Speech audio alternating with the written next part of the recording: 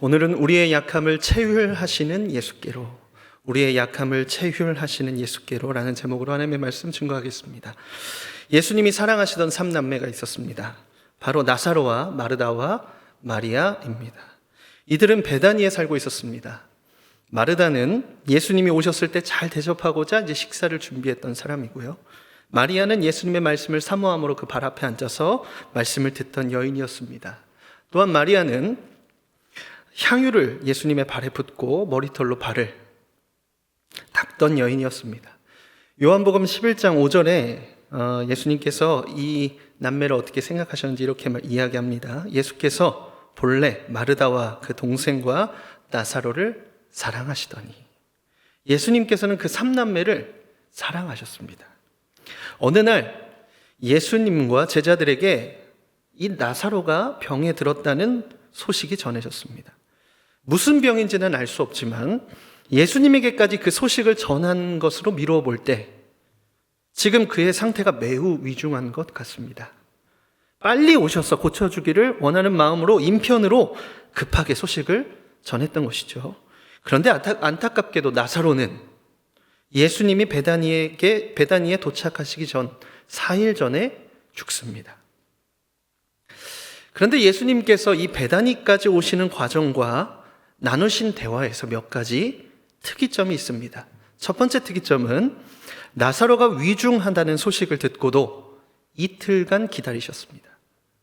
참고로 요한복음 11장 18절에서 베다니와 예루살렘과의 거리를 오리라고 했습니다. 그러니까 심리를 오늘날의 거리로 계산하면 4km입니다. 그럼 오리는 2km죠. 성인 남성 걸음으로 빨리 걸으면 30분, 천천히 걸으면 1시간입니다. 우리 교회에서 합정역까지 딱 2km입니다. 요즘은 이제 걸음수도 나오더라고요. 3058걸음. 그런데 예수님은 나사로가 병들어 위중하다는 소식을 들으셨음에도 바로 가지 않으셨어요. 바로 가면 1시간인데.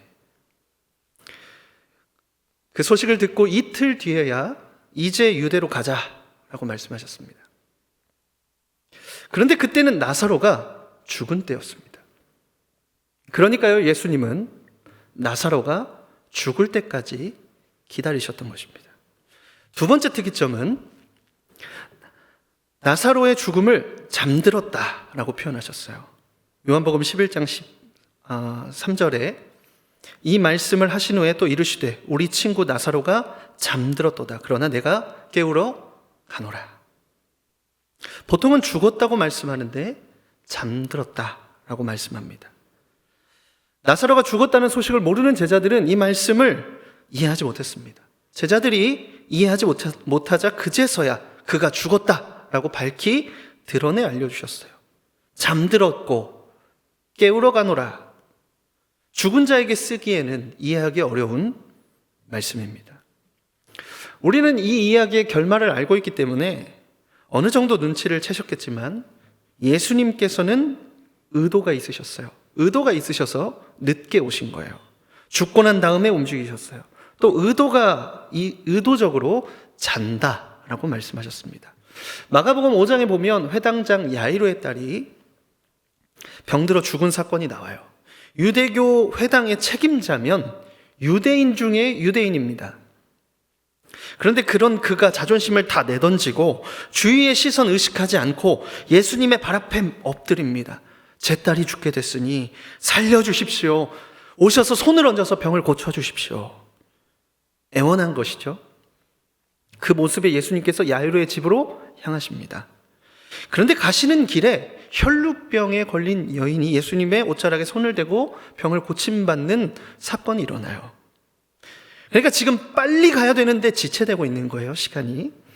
아니나 다를까 예수님과 그 여인이 대화를 나누시는 중에 야이로의 집에서 사람이 하나 도착합니다. 딸이 죽었다는 거예요. 그런데 그때서야 예수님이 또 야이로의 집으로 가세요. 그리고 사람들이 심히 울고 통곡하는 것을 보시고는 어찌하여 우느냐? 이 아이가 죽은 것이 아니라 잔다고 말씀하십니다.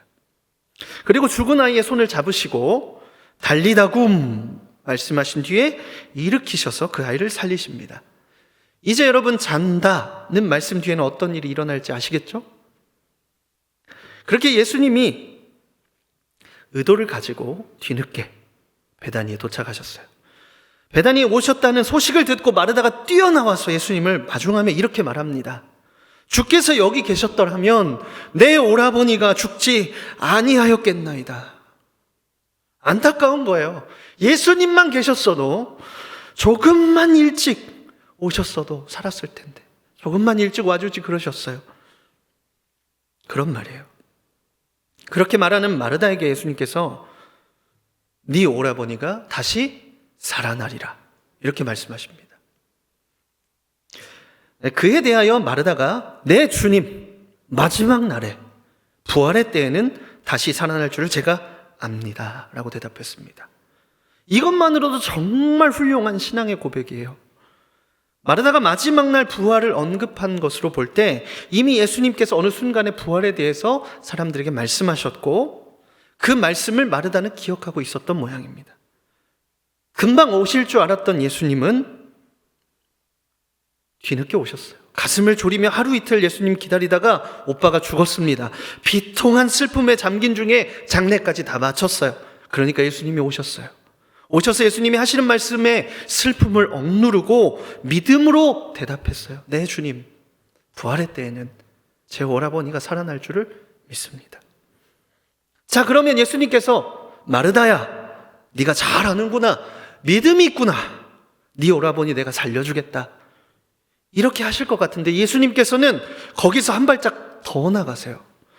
요한복음 11장 25절에 예수께서 이르시되 나는 부활이요 생명이니 나를 믿는 자는 죽어도 살겠고 무릇 살아서 나를 믿는 자는 영원히 죽지 아니하리라. 이것을 네가 믿느냐?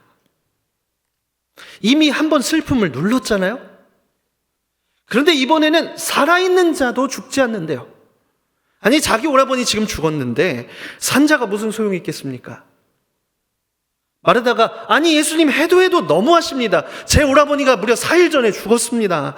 살아서 믿으면 영원히 죽지 않는다는 말씀은 제 오라버니랑 상관없지 않습니까? 지금 제 슬픔 안 보이십니까? 그런데 그것을 믿으냐고 물어보시는 의도가 도대체 뭡니까?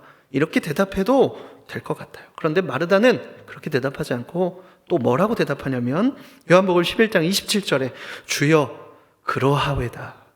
주는 그리스도시요 세상에 오시는 하나님의 아들이신 줄 내가 믿나이다. 정말 놀라운 고백이에요. 우리는 흔히 마르다가 믿음이 없는 사람이라고 생각했습니다. 그런데 과연 장례식을 치른 직후에 마르다와 같이 대답할 수 있는 자가 몇 명이나 있을까요? 사람들이 가장 두려워하는 것이 죽음이잖아요. 한 번도 경험해보지 못했던 일이고 존재적인 소멸이기 때문에 죽음은 두렵습니다. 또한 죽음은 다시 만날 수 없는 영원한 이별이기 때문에 남겨진 자들에게 표현할 수 없는 깊은 슬픔이에요. 마르다의 바람은 예수님이 빨리 오시는 거였어요.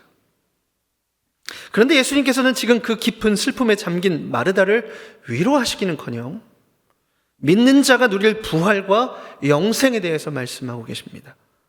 예수님 대문자 튀셨던 걸까요? 공감 능력이 없으신 걸까요? 그래서 여기서 살펴볼 이야기의 세 번째 특이점이 있습니다. 그렇게 마르다 다음에 그의 동생 마리아도 만나십니다. 마리아 역시 예수님의 발 앞에 엎드려서 주께서 여기 계셨더라면 내 오라비가 죽지 아니하였겠나이다 하며 울고, 그 자리에 조문하던 다른 유대인들도 그 모습에 슬퍼하며 다 같이 울었습니다. 그럼 마르다에게 말씀하신 것처럼 나는 부활이요 생명이다 이렇게 말씀해 주셔야 되는데 반응이 다르세요. 요한복음 11장 33절에 예수께서 그가 우는 것과 또 함께 온 유대인들이 우는 것을 보시고 심령의 비통이 여기시고 불쌍히 여기사 35절에 예수께서 눈물을 흘리시더라. 예수님은 슬퍼하시고 우셨어요. 정말 다행입니다. 우린 예수님을 오해할 뻔했습니다. 예수님이 공감하지 않는 분이라고. 예수님 우셨어요. 그런데 여러분, 이 이야기의 전개가 이해되시나요? 처음에 소식을 듣자마자 거리가 가까우니까 바로 오셨으면 나사로가 죽지 않고 병이 나았을 거예요. 그래도 충분히 하나님께는 영광이 되고 사람들도 예수님을 믿고 무엇보다 사랑하고 아꼈던 남매들에게는 큰 기쁨이 있었을 거예요. 그런데 여러분, 병이 낫는 것과 죽은 자가 살아나는 것은 차원이 다른 일이죠. 사실은 불가능한 일입니다. 지금 나사로는 죽은 지 4일이 지났으니까 그의 죽음은 돌이킬 수 없는 상황입니다. 본문을 읽어보면 이미 죽어서 냄새가 난다고 했습니다. 부패가 완전히 진행된 거예요. 그 상황을 만드시면서까지 보이시고자 하셨던 메시지가 바로 부활입니다. 곧 자신이 부활이요 영원한 생명이 되심을 말씀하고자 하셨던 거예요.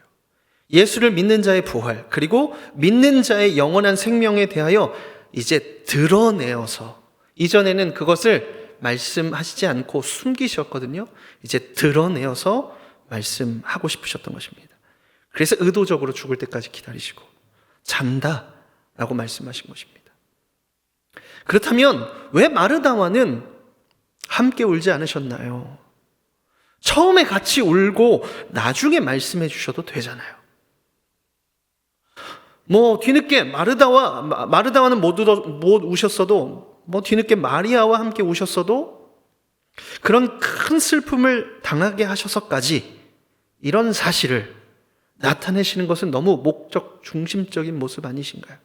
여러분, 만약에 여러분의 삶을 통하여 하나님께서 아주 여러분의 삶을 어렵고 힘든 지점까지 기다리셨다가 어떤 일을 하신다고 하면 여러분 그 일을 영광스럽게 생각하시겠어요? 서운하게 생각하시겠어요? 너무 목적 중심적이신 거 아닙니까? 다른 방법으로 부활을 말씀해 주시면 되지 않으셨나요?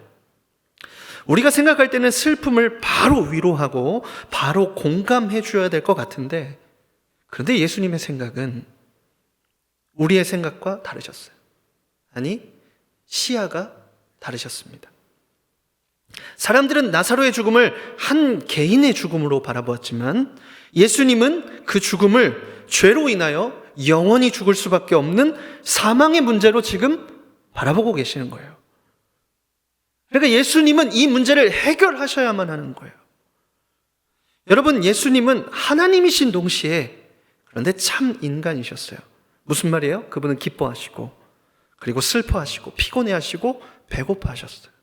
희노애락을 누구보다 몸으로 우리와 같이 느끼셨던 분이에요. 그러니까 여러분, 공감이 더디신 게 아니에요. 슬픔을 참으신 거예요.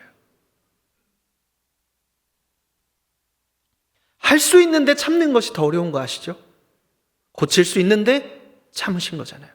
지금 당장 가서 사랑하는 관계잖아요.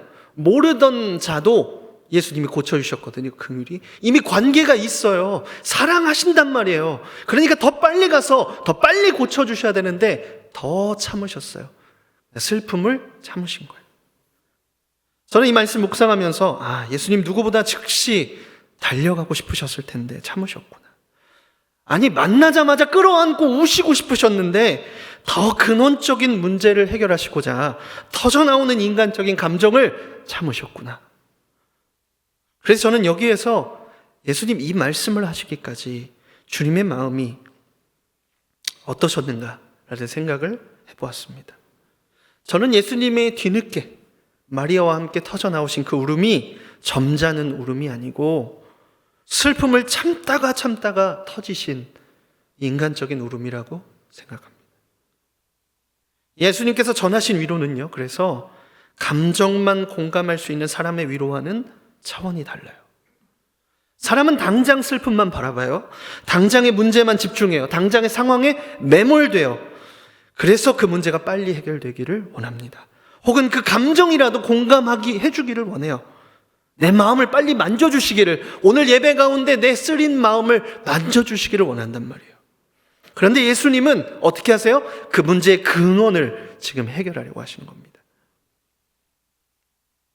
그 죽음의 깊은 절망을 공감하셨어요. 여러분, 사람이 죽음의 깊은 절망을 공감할 수 있습니까? 감정은 공감할 수 있죠. 배고픔도 공감할 수 있죠. 지난주에 감기 걸렸던 사람은 오늘 감기 걸린 사람의 모습을 보고 힘들겠구나 공감할 수 있습니다. 그런 공감 말고요, 근원적인 죽음의 문제를 공감할 수 있다고 하는 것은 사람은 사실 불가능한 일이에요. 그 슬픔과 절망의 근원인 죄와 사망의 문제를 공감하실 뿐만 아니라 자신의 문제로 끌어안으셨어요. 이게 내 문제구나. 지금 저 죽음 때문에 영원한 이별이라고 생각하는, 죄로 인하여서 영원히 죽을 수밖에 없는 그 사람의 깊은 절망을 자기의 문제로 끌어안으셨단 말이에요. 주님은 우리의 슬픔을 긍휼히 여기시고 그리고 그치지 않고 더 나아가셔서 그 슬픔과 절망의 근원인 영원한 죽음의 문제를 끊어내시는 분이십니다. 저는 이것을 전인격적인 공감이라고 말하고 싶습니다. 다른 말로 체휼하심입니다. 그 심경과 그 고통 자체를 그대로 느끼시는 거예요. 그래서 견딜 수가 없는 거예요. 여러분, 다른 사람의 절망을 느끼면서 견디실 수 없는 적이 있습니까? 별로 많이 없으시죠. 예수님이 그 공감, 그 감정을 그대로 느끼시니까 견디실 수가 없는 거예요. 그래서 어떻게 하세요? 거기서 건져내십니다. 그냥 두지 않으시고 건져내시는 거예요. 그 깊은 절망, 끝없는 절망과 사망에서 건져내세요. 그런데 대가가 필요해요. 목숨은 목숨으로. 히브리서 9장 22절에 피 흘림 없이는 죄사함이 없다고 말씀했습니다. 자신의 피로 우리의 죄의 대가를 치르심으로 영원한 죽음의 슬픔에서 해방시켜 주시겠다는 거예요.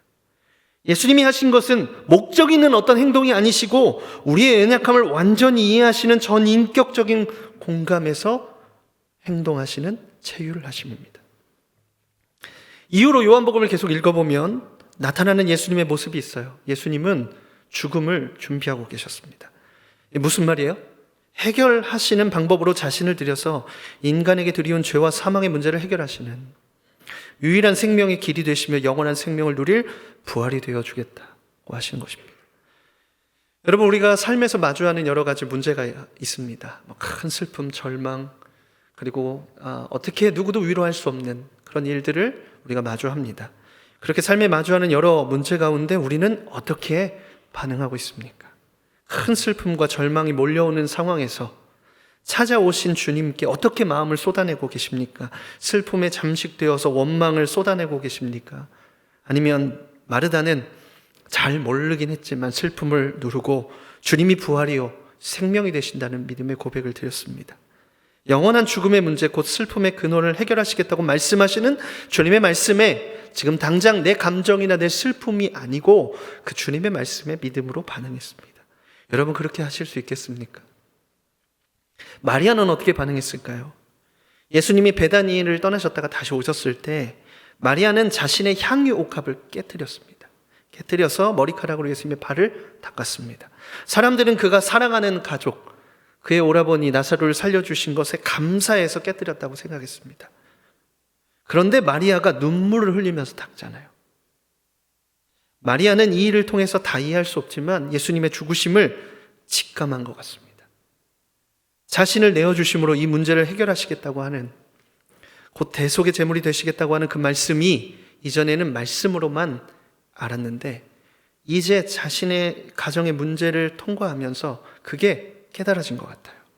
예수님 말씀하시잖아요. 그를 괴롭게 하지 마라. 그가 내 장례를 준비하고 있다. 예수님 그 마음을 정확하게 아시는 분이죠. 그래서 마음으로 옥합을 깨뜨렸고 울며 눈물로 발을 씻기고 있었던 것입니다. 여러분, 우리가 예수님께 나아갈 때 감정의 문제만 가지고 나아가지 않고 우리의 전 존재, 그러니까 우리의 존재적으로 우리의 약함을 가장 깊이 이해하시고 그리고 그 문제를 자기의 문제로 끌어안으셔서 그 문제를 해결하신 생명 되신 예수 그리스도께 믿음으로 나아가시기를 바랍니다. 깊은 상실과 좌절 가운데서 성도가 일어날 수 있는 유일한 이유는 이 땅에서의 삶이 끝이 아니고 죽음 이후에 부활이 있고 영원한 나라에서 영원한 삶이 있음을 알기 때문에 그렇습니다. 그래서 깊은 슬픔 가운데서도 주님의 긍휼과 능력을 신뢰할 수 있는 것입니다.